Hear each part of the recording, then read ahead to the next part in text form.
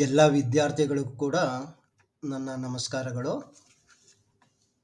ಈಗ ನಾವು ವಾಯ್ಸ್ ಬಗ್ಗೆ ಗಮನಿಸ್ತಾ ಇದ್ದೀವಿ. ನಾನು ಹೇಳಿದ ಹಾಗೆ ವಾಯ್ಸ್ನಲ್ಲಿ ನಾವು ಆ್ಯಕ್ಟಿವ್ ವಾಯ್ಸ್ನಿಂದ ಪ್ಯಾಸಿವ್ ವಾಯ್ಸ್ ಚೇಂಜ್ ಮಾಡುವಾಗ ಕೆಲವೊಂದು ರೂಲ್ಸ್ಗಳನ್ನು ಮೊದಲೇ ತಿಳಿದುಕೊಂಡಿರಬೇಕು. ಪ್ರಧಾನವಾಗಿ ಟೆನ್ಸ್ನ ಕಮೆಂಟ್ ನಿಮಗಿರಬೇಕು. ಟೆನ್ಸು ಚೆನ್ನಾಗಿ ತಿಳಿದರೆ ಮಾತ್ರ ಮುಂದೆ ಬರುವ ಡಿಗ್ರೀಸ್ ಆಫ್ ಕಂಪ್ಯಾರಿಸನ್ ಆಗಿರ್ಬೋದು, ಅನಾಲಿಸಿಸ್ ಆಫ್ ಸೆಂಟೆನ್ಸ್ ಆಗಿರ್ಬೋದು, ಯಾವುದೇ ವಿಷಯವನ್ನು ಚೆನ್ನಾಗಿ ಅರ್ಥ ಮಾಡಿಕೊಳ್ಬೇಕಾದ್ರೆ ಈ ಟೆನ್ಸ್ ಅತಿ ಮುಖ್ಯ. ಅದಕ್ಕಾಗಿ ನೀವು first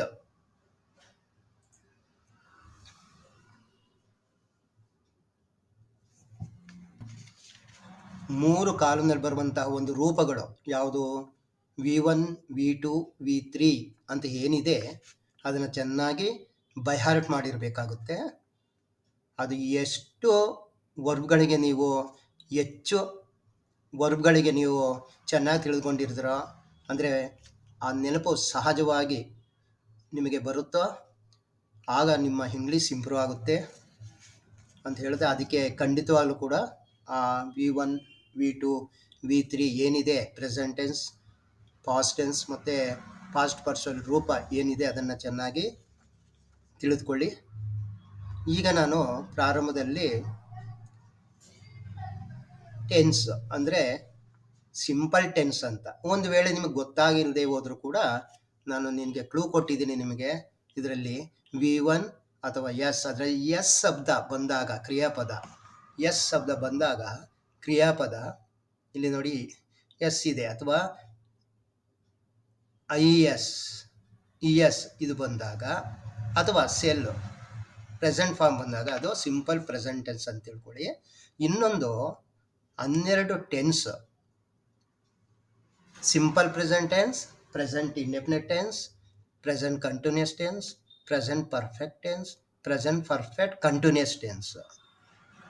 simple past tense or past indefinite tense, past continuous tense, past perfect tense, past perfect continuous tense.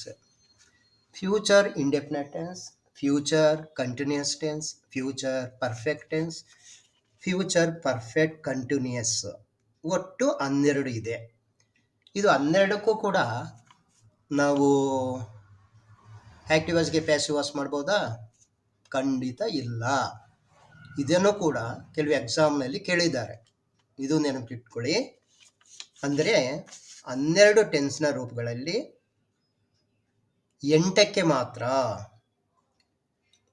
ನಾವು ಪ್ಯಾಸಿವ್ ವಾಯ್ಸ್ ಮಾಡಬಹುದು. ಯಾವುದನ್ನು ಬಿಡ್ತೀವಿ?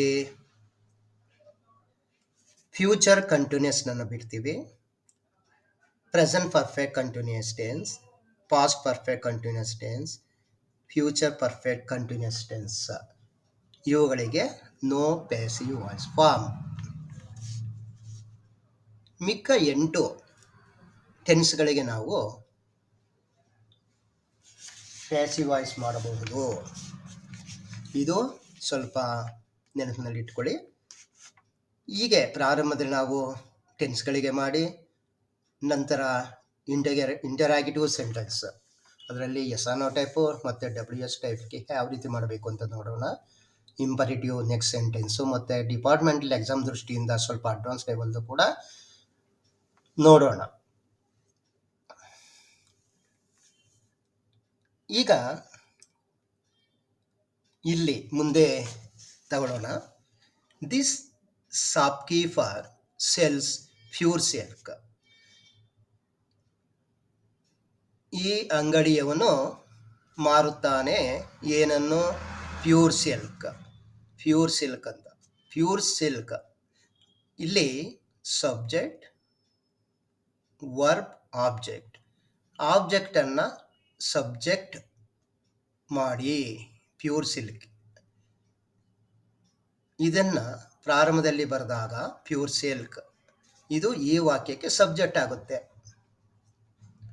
ನಂತರ ಸರಿಯಾದ ಬೀನ ರೂಪವನ್ನು ಸೇರಿಸು. ಈ ಸಾರಿ ಎಂಬಲ್ಲಿ ಒಂದು ಹಾಕಬೇಕು. ಈ ಹಾಕಿದ್ದೀವಿ, ಕಾರಣ ಇಲ್ಲಿ V1 S V1IS ಇದ್ದಾಗ ಈ ಸಾರಿ ಎಂಬಲ್ಲಿ ಒಂದು ಬರುತ್ತೆ. ಇದು ಈ ಸಬ್ಜೆಕ್ಟನ್ನು ಫಾಲೋ ಮಾಡುತ್ತೆ. ನೆಕ್ಸ್ಟ್ V3 ಕ್ರಿಯಾಪದಕ್ಕೆ ಸೆಲ್, ಕ್ರಿಯಾಪದಕ್ಕೆ ಸೆಲ್ ಸೋಲ್ಡ್ V3. ಇದು V2 ಅಲ್ಲ, V3. ಇಲ್ಲಿ ಯಾವುದೋ ಈಸ್ ಬಂದ ಮೇಲೆ ಈಸ್ ಬ್ರೋಕ್ ಅಂತ ಬರಲ್ಲ, ಈಸ್ ಏಟ್ ಅಂತ ಬರಲ್ಲ, ಈಟನ್. ಹಾಗೆ ಇಲ್ಲಿ ಸೋಲ್ಡ್ V2 ಮತ್ತು V3 ಒಂದೇ ಆಗಿದ್ರು ಕೂಡ V3 ಇಲ್ಲಿ ಬರೆಯುವಂಥದ್ದು V3 ಬರೆದಿದೆ. ಬೈ ಪ್ರಿಪೋಸನ್ ಬರೆದಿದೆ. ಮತ್ತು ದಿಸ್ ಆಪ್ಕಿ ಫಾರ್ ಸಬ್ಜೆಕ್ಟನ್ನು ಈ ಸ್ಥಳದಲ್ಲಿ ಬರೆದಾಗ ಆಬ್ಜೆಕ್ಟ್ ಆಗುತ್ತೆ. ಈಗ ಆಬ್ಜೆಕ್ಟನ್ನು ಸಬ್ಜೆಕ್ಟ್ ಮಾಡಿದ್ವಿ, ಸರಿಯಾದ ಬೀನ ರೂಪವನ್ನು ಸೇರಿಸಿದ್ವಿ, V3 ಹಾಕಿದ್ವಿ, ಬೈ ಪ್ರಿಪೋಸನ್ ಬರೆದ್ವಿ, ಇಲ್ಲಿ ಸಬ್ಜೆಕ್ಟನ್ನು ಆಬ್ಜೆಕ್ಟ್ ಮಾಡಿದ್ವಿ, ಇಷ್ಟೇ. ಈಗ ನೆಕ್ಸ್ಟು ಮಿಸ್ ಮೀನಾ ಟೀಚರ್ಸ್ ಅಸ್. ಇಲ್ಲಿ ಮಿಸ್ ಮೀನಾ ಟೀಚರ್ಸ್, ಇಲ್ಲಿ ಕೂಡ ಎಸ್ ಬಂದಿದೆ ನೋಡಿ. ಆದ್ದರಿಂದ ಇದು ಸಿಂಪಲ್ ಪ್ರೆಸೆಂಟ್ ಟೆನ್ಸ್ ಅಥವಾ V1. ಇದಕ್ಕೆ ಸೂತ್ರ ಈ ಸಾರಿ ಆಮಲ್ಲಿ ಒಂದನ್ನು ಹಾಕುತ್ತೆ.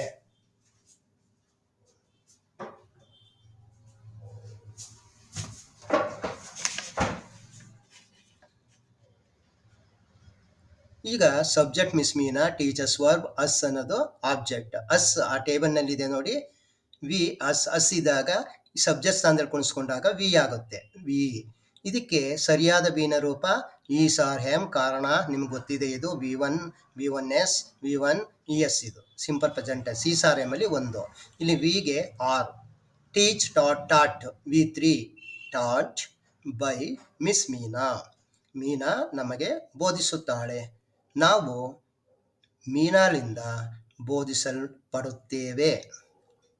ಹೀಗೆ ನಾವು ಸಿಂಪಲ್ ಪ್ರೆಸೆಂಟ್ ಟೆನ್ಸ್ಗೆ ಇದುವರೆಗೆ ನೋಡಿದ್ವಿ. ಈಗ ನಾವು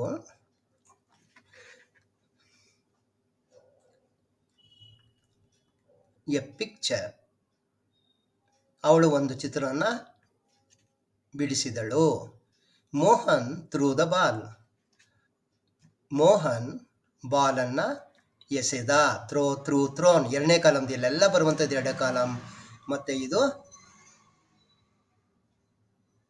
ಇದೆಲ್ಲವೂ ಕೂಡ ಸಿಂಪಲ್ ಪಾಸ್ಟ್ ಟೆನ್ಸ್. ಈಗ ಇವುಗಳಿಗೆ ಯಾವ ರೀತಿ ಪ್ಯಾಸಿವ್ಸ್ ಮಾಡೋದು ಅನ್ನೋದನ್ನು ನೋಡೋಣ. ಈಗ ನೋಡಿ, the hunter killed many birds ಇದೆ. ಇದು ಆಕ್ಟಿವ್ ವಾಯ್ಸ್ ಇದೆ, ಕಾರಣ subject plus V2 plus object. Many birds ಅನ್ನುವಂಥದ್ದು ಆಬ್ಜೆಕ್ಟ್ ಆಗಿದೆ. ಮೆನಿ ಬರ್ಡ್ಸನ್ನು ಪ್ರಾರಂಭದಲ್ಲಿ ಬರೆದಾಗ ಅದು ಸಬ್ಜೆಕ್ಟ್ ಆಯಿತು. ಇದಕ್ಕೆ ಕಿಲ್ಡ್ಗೆ V2 ಆ ಟೇಬಲ್ನಲ್ಲಿ ನೋಡಿ, V2 ಇದ್ದಾಗ ಅಥವಾ ಸಿಂಪಲ್ ಪಾಸ್ಟ್ ಟೆನ್ಸ್ ಇದ್ದಾಗ ಬೀನ ರೂಪ ಯಾವುದಾಗುತ್ತೆ? ವಾಸ್ ಅಥವಾ ವರ್ರಲ್ಲಿ ಒಂದು ಬರುತ್ತೆ. ಇಲ್ಲಿ ವಾಸ್ ಇಲ್ಲ, ವರ್ ಹಾಕಿದ್ವಿ. ಕಾರಣ ಏನು? Many birds var killed. Many birds var killed. Many birds var killed. ಇಲ್ಲಿ ಬೀನ ರೂಪ ವರ್ ಬಂತು. ಇಲ್ಲಿ ಕಿಲ್ಡ್ ಅನ್ನೋದು ಈ ಕಿಲ್ಡ್ ಅಲ್ಲ ನೋಡಿ, ಈ ಕಿಲ್ಡ್ ಇದೆಯಲ್ಲ, ಇದಲ್ಲ, ಇದು V3 ಫಾರಮ್, ಪಾಸ್ಟ್ ಪಾರ್ಟಿಸಿಪಲ್. ಮತ್ತೆ ಬೈ ದ ಹಂಟರ್, ಇದನ್ನ ಲಾಸ್ಟಲ್ಲಿ ಬರೆದಾಗ ಆಬ್ಜೆಕ್ಟ್ ಆಯಿತು. ಬೇಟೆಗಾರವು ಸಿ ಡ್ರೂ ಎ ಪಿಕ್ಚರ್, ಅವಳು ಒಂದು ಚಿತ್ರನ ಬಿಡಿಸ್ತಾಳೆ. ಎ ಪಿಕ್ಚರ್ ವಾಸ್, ಯಾಕೆ ಇದು ಸಬ್ಜೆಕ್ಟ್ಗೆ ವಾಸ್ ಆಯಿತು, ವರ್ ಬರೀಬಾರದು. ಇಲ್ಲಿ ಪಿಕ್ಚರ್ಸ್ ಅಂದಿದ್ರೆ var. A picture was V3 drawn by C ಹೋಗಿ ಹರ್ ಆಗುತ್ತೆ. ಅದು ನಿಮಗೆ ಗೊತ್ತು.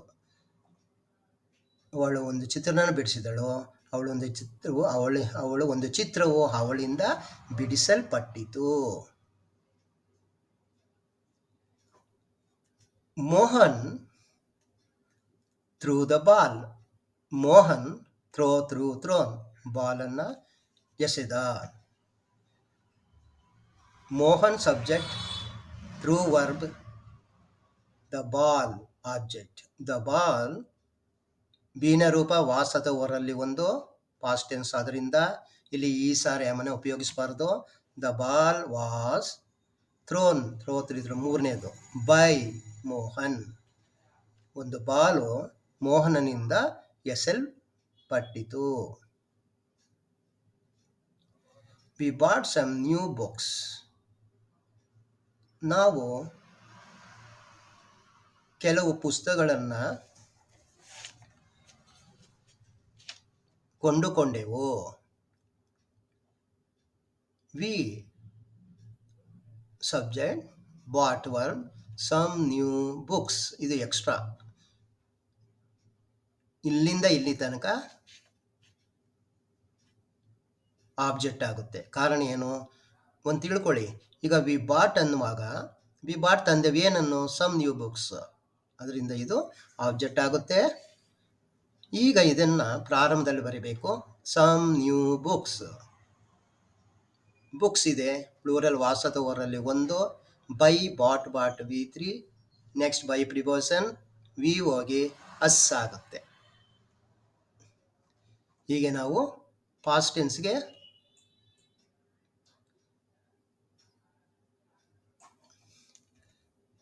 ಕೆಲವು ಪುಸ್ತಕಗಳು ನಮ್ಮಿಂದ ಕೊಂಡುಕೊಳ್ಳಲ್ಪಟ್ಟವು.